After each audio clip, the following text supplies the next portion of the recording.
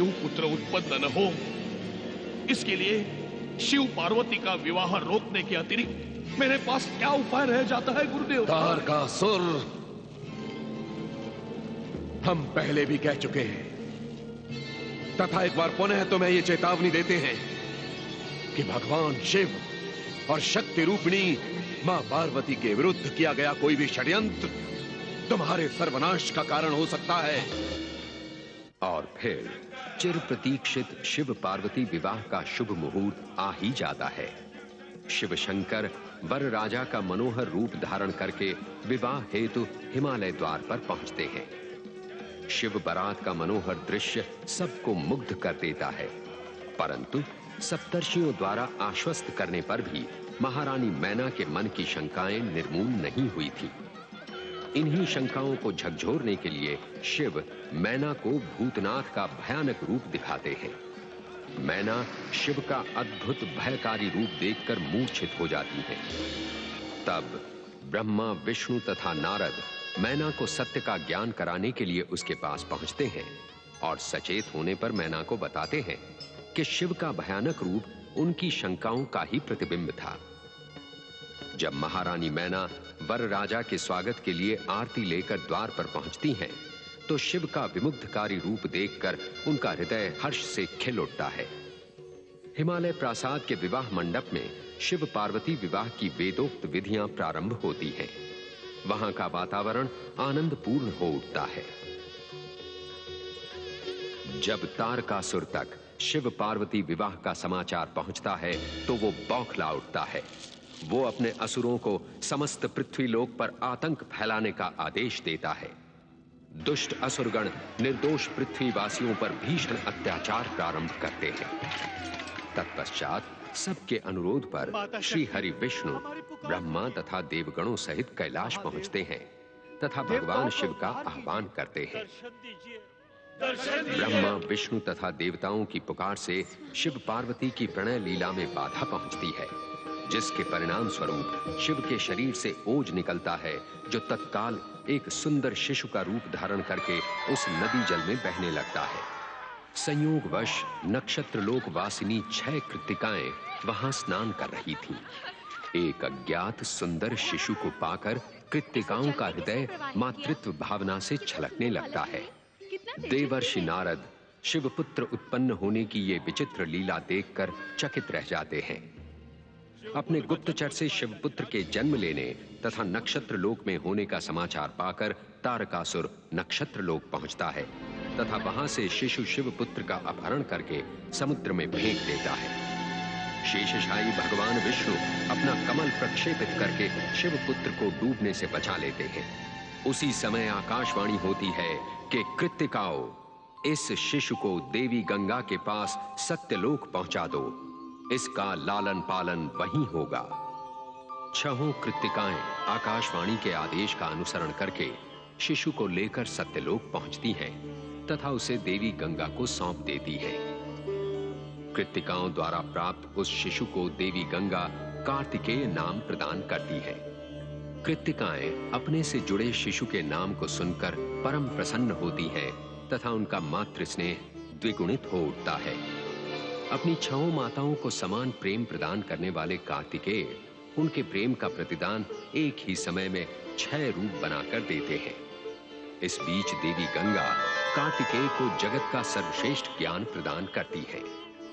देवगण ब्रह्मदेव को लेकर जब देवी गंगा के पास इस उद्देश्य से पहुंचते हैं कि शिवपुत्र को पृथ्वीलोक ले जाकर तारकासुर का अंत करें, तो गंगा तथा कृत्तिकाएं शिवपुत्र कार्तिकेय को अपने से दूर करने के लिए प्रस्तुत नहीं होती, तो स्वयं कार्तिकेय अपनी स्नेहमयी कृत्तिका माताओं तथा गंगा से आग्रह करता है कि उसे पृथ्वीलोक जाने दे। पृथ्वीलोक जाने से पूर्व गंगा कार्तिकेय को गंगास्त्र प्रदान करते हुए कहती हैं, ये गंगास्त्र बड़े से बड़े शक्तिशाली का नाश करने में समर्थ है। तत्पश्चात बालक कार्तिकेय गंगा तथा कृत्तिकाओं से अश्रुपूर्ण विदा लेता है। देवगण तथा ब्रह्मा शिवपुत्र कार्तिकेय को लेकर कैलाश पहुंचते हैं। शिव पार्वती को बताते हैं कि ये उन्हीं का पुत्र है। ये सुनते ही माता पार्वती के हृदय में छुपा वात्सल्य छलक उठता है तथा वो अपने प्रिय पुत्र को गले लगा लेती हैं। तत्पश्चात देवताओं के आग्रह पर कार्तिकेय को दुष्ट तारकासुर का संहार करने के लिए देव सेनापति के रूप में अभिषिक्त किया जाता है। महिसागर संगम पर देवताओं तथा असुरों की सेनाएं युद्ध के लिए आमने सामने आ खड़ी होती हैं। तारकासुर दुधमुहे बालक कार्तिकेय को चुनौती देकर अंतरिक्ष में पहुंचता है। कार्तिकेय भी उसकी चुनौती का उत्तर देने के लिए अंतरिक्ष में पहुंचते हैं तथा दोनों के बीच भीषण संग्राम प्रारंभ हो जाता है। जब सभी प्रकार के अस्त्र शस्त्र तारकासुर पर अप्रभावकारी सिद्ध होते हैं तो कार्तिकेय अपनी गंगा मैया का स्मरण करके तारकासुर पर गंगास्त्र का प्रयोग करता है।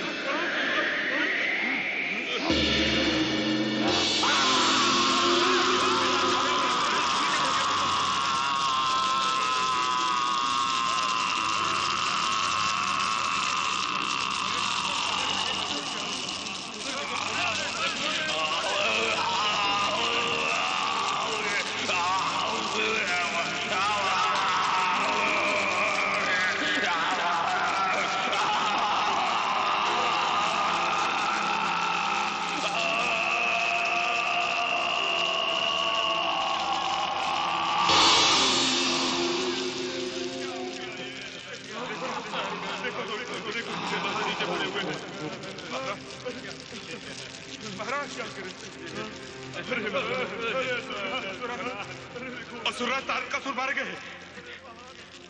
हमें अपने स्वामी की हत्या का प्रतिशोध लेने के लिए अपने प्राणों की रक्षा करनी पड़ेगी। भागो भागो। शिवपुत्र कार्तिकेय की जय। कुमार कार्तिकेय की जय। तारकासुर संहार कुमार कार्तिकेय की। विजयी कार्तिकेय का कैलाश पर भव्य स्वागत होता है। उसी समय अपने प्रिय बालक कार्तिकेय को बधाई देने के लिए देवी गंगा तथा छहों कृत्तिकाएं सत्यलोक से कैलाश पहुंचती हैं। ये देखकर कार्तिकेय द्रवित होते हैं तथा अपनी 6 माताओं के प्रति स्नेह प्रदर्शित करते हुए, मैं षडानन हूं माते।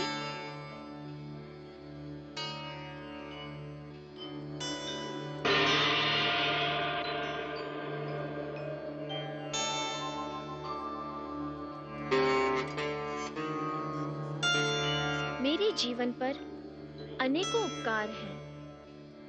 भगवान शिव शंकर के तेज से नदी तट पर सरकंडों में मैं प्रकट हुआ। 6 कृतिका माताओं ने नक्षत्र लोक ले जाकर मेरा लालन पालन किया। भगवान विष्णु ने मेरी रक्षा की तथा सुरक्षा हेतु सत्यलोक ले जाने का आदेश दिया।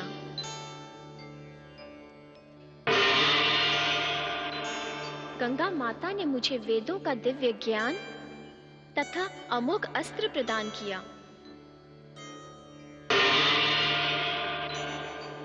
ब्रह्मदेव ने मुझे देवताओं की मुक्ति की प्रेरणा एवं परमार्थ का उपदेश दिया। माता पार्वती ने अपना मातृत्व देकर शिव पुत्र कहलाने का गौरव प्रदान किया।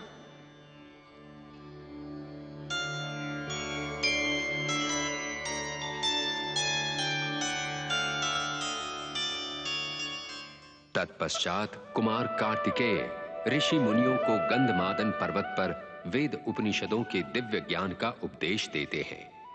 इसी बीच तारकासुर का सेनापति प्रलंबासुर कार्तिकेय पर प्रहार करता है, परंतु गंगास्त्र से मारा जाता है। तत्पश्चात अगस्त्य ऋषि दक्षिण में धर्म प्रचार के लिए कुमार कार्तिकेय को दक्षिण भेजने का अनुरोध करते हैं। लोक कल्याणार्थ शिव इस अनुरोध को स्वीकार कर लेते हैं। कार्तिकेय के दक्षिण चले जाने के पश्चात देवी पार्वती पुत्र वियोग से उदास हो जाती हैं। पार्वती की सखियां जया विजया जब स्नान के लिए उबटन लेकर आती हैं तो पुत्र वियोग में खोई पार्वती अनायास ही उस उपटन से एक पुतला बनाने लगती है। देखते ही देखते वो पुतला एक सुंदर बालक का रूप ले लेता है। ये बालक गौरी नंदन गणेश था। जब पार्वती अपने पुत्र गणेश को पहरे के लिए नियुक्त करके स्नान करने जाती हैं, तो कुछ ही समय के पश्चात शिव शंकर पार्वती से मिलने वहां आते हैं। माता की आज्ञानुसार बालक गणेश शिव को द्वार पर रोक लेता है। ये धृष्टता देखकर शिव रुष्ट होते हैं और इस अज्ञात बालक को हट जाने के लिए कहते हैं, परंतु बालक गणेश अपनी बात पर अड़ा रहता है।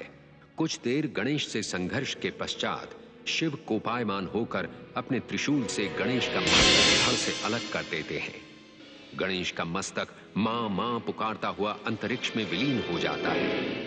अपने पुत्र को मस्तक विहीन और निष्प्राण देखकर शक्ति रूपिणी पार्वती का कोप जाग उठता है तथा वे घोषणा करती हैं कि यदि उनके प्रिय पुत्र को पुनर्जीवित न किया गया तो वे संसार में प्रलय मचा देंगी। पार्वती का अप्रत्याशित उग्र रूप देखकर शिव सहित ब्रह्मा विष्णु सभी भयभीत तथा आशंकित होते हैं। शिव भगवान विष्णु से अनुरोध करते हैं कि वे उत्तर दिशा में मिलने वाले प्रथम प्राणी का मस्तक काट कर ले आएं। कुछ ही समय के पश्चात भगवान विष्णु एक गज का मस्तक लेकर आते हैं। शिव शंकर गणेश के धड़ पर वो गज मस्तक जोड़कर उन्हें गजानन बना देते हैं। सभी गजानन गणेश की जय जयकार करते हैं। शिव गणेश को अग्र पूजा का अधिकार प्रदान करते हैं। शिव पार्वती एक बार गगन विहार के लिए निकलते हैं। उस समय पार्वती ब्रह्मा निर्मित सृष्टि से अलग एक ऐसी सृष्टि के निर्माण की कामना व्यक्त करती है जो आनंदमयी हो।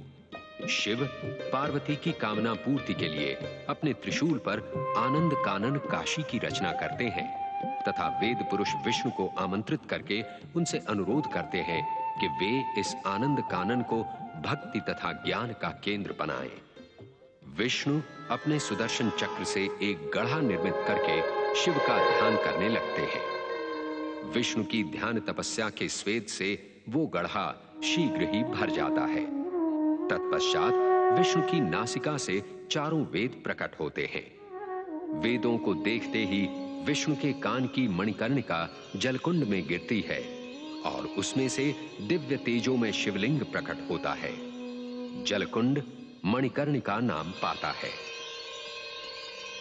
दिव्य शिवलिंग के दर्शन करते ही विष्णु आनंदान्वित होते हैं तथा उनके हर्षाश्रुओं से आनंद नगरी डूबने लगती है।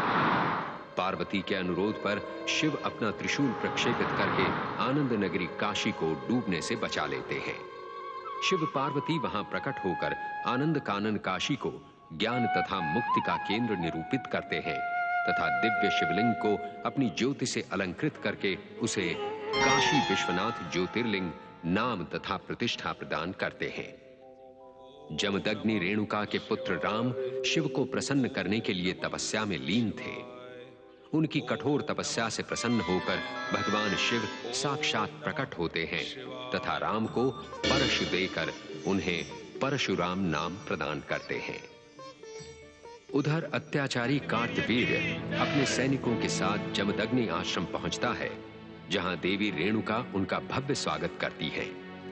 इस राजसी स्वागत से कार्तवीर्य चकित होता है, परंतु जब उसे पता चलता है कि ये चमत्कार कामना के अनुसार हर वस्तु प्रदान करने वाली गाय कामधेनु का है, तो वे तुरंत कामधेनु का अपहरण करके ले जाता है। जब परशुराम को पता चलता है कि कार्तवीर्य कामधेनु का अपहरण करके ले गया है, तो वे तुरंत कार्तवीर्य के पास पहुंचकर उसे आदेश देते हैं कि वो अपहृत कामधेनु तुरंत लौटा दे। परंतु अभिमानी उद्दंड कार्तवीर्य परशुराम से युद्ध के लिए उद्यत हो जाता है। उसी समय भगवान दत्तात्रेय प्रकट होकर कार्तवीर्य को सावधान करते हैं। कार्तवीर्य, अपने पाप का परिमार्जन कर, परशुराम से क्षमा मांग तथा कामधेनु को उन्हें लौटा दे। तूने एक ऋषि के साथ साथ माता कामधेनु का भी अपमान किया है और यह अपराध अक्षम्य है। तुमने कामधेनु का अपहरण किया है, वह जमदग्नि को लौटा दो। यदि तुमने ऐसा नहीं किया तो जमदग्नि पुत्र शिव शिष्य परशुराम के प्रहार से तुम बच नहीं पाओगे। कदापि नहीं। चले जाइए अपना वरदान लेकर, मैं स्वयं अपनी शक्ति से इस साधु को समाप्त कर दूंगा। किंतु दुर्बुद्धि कार्तवीर भगवान दत्तात्रेय की चेतावनी पर ध्यान नहीं देता और परशुराम से युद्ध करने लगता है और परशुराम के परशु के प्रहार से मस्तक विहीन होकर यमलोक पहुंच जाता है। कार्तवीर के पुत्र अपने पिता की हत्या का प्रतिशोध लेने के लिए परशुराम के पिता महर्षि जमदग्नि का मस्तक उड़ा देते हैं। महर्षि जमदग्नि शिव कृपा से पुनः जीवित हो उठते हैं। तत्पश्चात परशुराम तपस्या के लिए महेंद्र पर्वत की ओर निकल जाते हैं।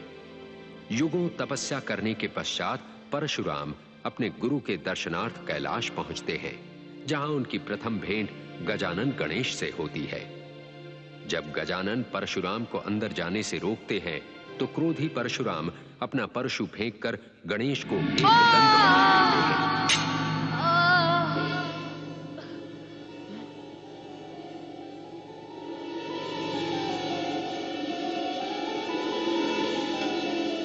कुछ ही समय के पश्चात महर्षि पराशर कैलाश पहुंचकर शिव से निवेदन करते हैं कि एक विशालकाय मूषक उनके आश्रम को अस्त व्यस्त कर रहा है। शिव मूषक का उपद्रव शांत करने के लिए गणेश को पराशर ऋषि के साथ भेजते हैं। चतुर गणेश कुछ ही क्षणों में अपना पाश फेंककर मूषक को वश में कर लेते हैं। गणेश के स्पर्श से मूषक शाप मुक्त होकर अपने मूल गंधर्व रूप में आ जाता है तथा गणेश के प्रति आभार व्यक्त करते हुए उनका वाहन बन जाता है। राजा शर्याति की पुत्री राजकुमारी सुकन्या एक बार अपनी सखियों के साथ वन विहार करने पहुंची।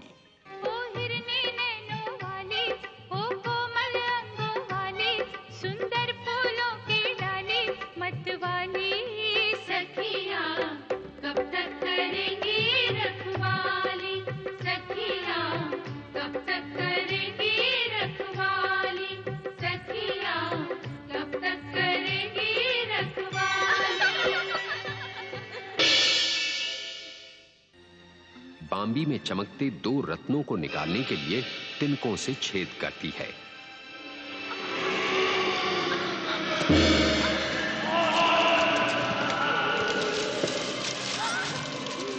अरे ये तो कोई मनुष्य है, भागो।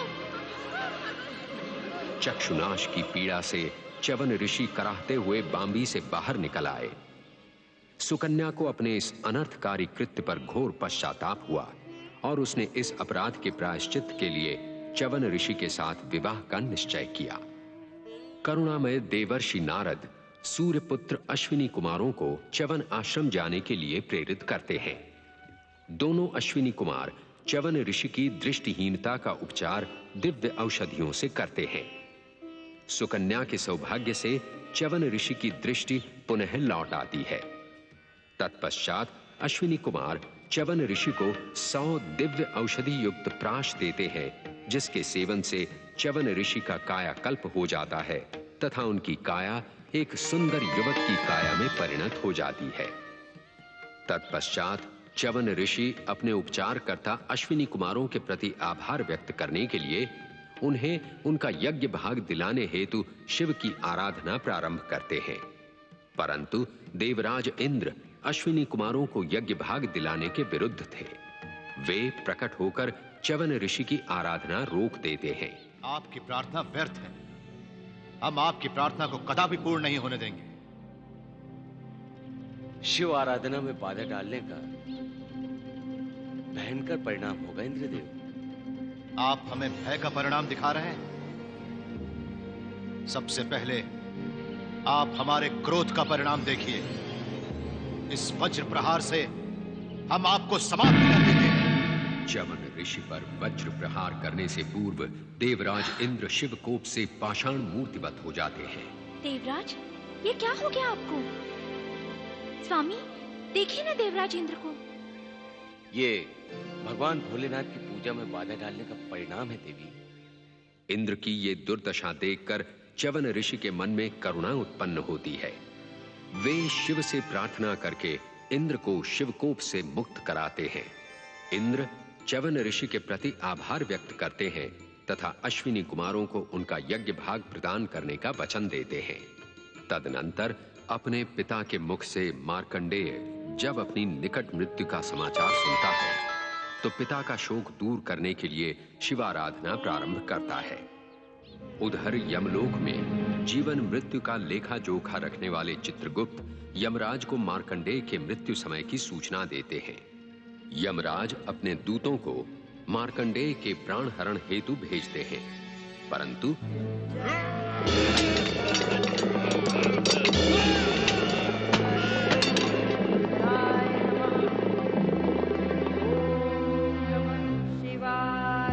चित्रगुप्त, हमने कृतांत वृतांत को मृत्युलोक जाकर मार्कंडेय के प्राण हरण करके लाने की आज्ञा दी थी। उसकी आयु समाप्त हो चली है। ये दोनों दूत उसके प्राण लेकर क्यों नहीं आए अब तक?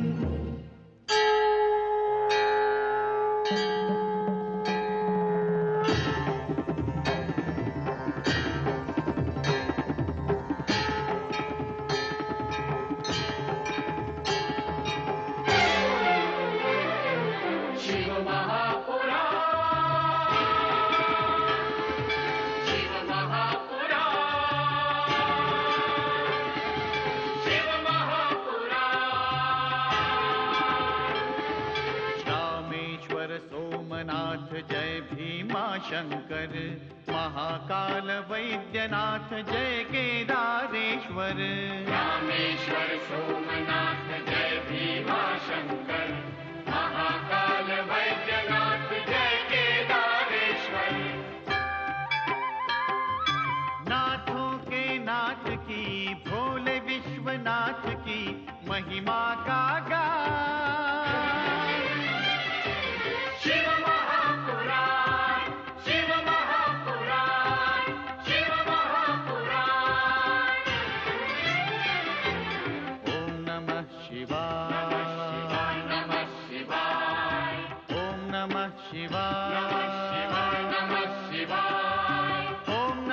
शिवाय।